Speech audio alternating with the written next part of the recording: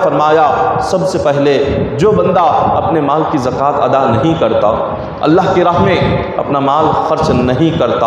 اللہ تعالیٰ اس مال کی حفاظت نہیں فرماتا، اس بندے کے مال کی حفاظت نہیں ہوتی، اس کے سونے چاندی کی حفاظت نہیں ہوتی، اس کے کاروبار اور تجارت کی حفاظت اللہ نہیں فرماتا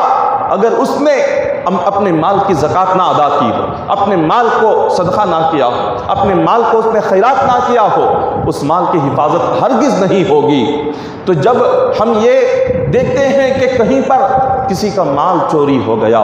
سونا چوری ہو گیا، چاندی چوری ہو گیا، تو سمجھ جائیں اس مال کی زکوٰۃ ادا نہیں کی ہے، تبھی تو وہ مال چوری ہوا ہے۔ جس کسی مال کو، سونے چاندی کو اگر کہیں وہ گم ہو جائے، کہیں انسان اس کو گما دے یا کوئی اس کو چوری کر لے، تو سمجھ جاؤ کہ اس سونے کی زکوٰۃ نہیں نکالی گئی، اسی لیے وہ گم ہو گیا، اسی لیے وہ چوری ہو گیا۔ اگر اس مال کی زکوٰۃ ادا کی ہوئی ہوتی تو اللہ خود اس سونے کی حفاظت فرماتے ہیں۔ اللہ نے فرمایا ہے کہ جس مال کی زکوٰۃ ادا کی جاتی ہے رب خود اس کی حفاظت فرماتے ہیں۔ اور جب کسی کاروبار میں اور کسی تجارت میں بندے کو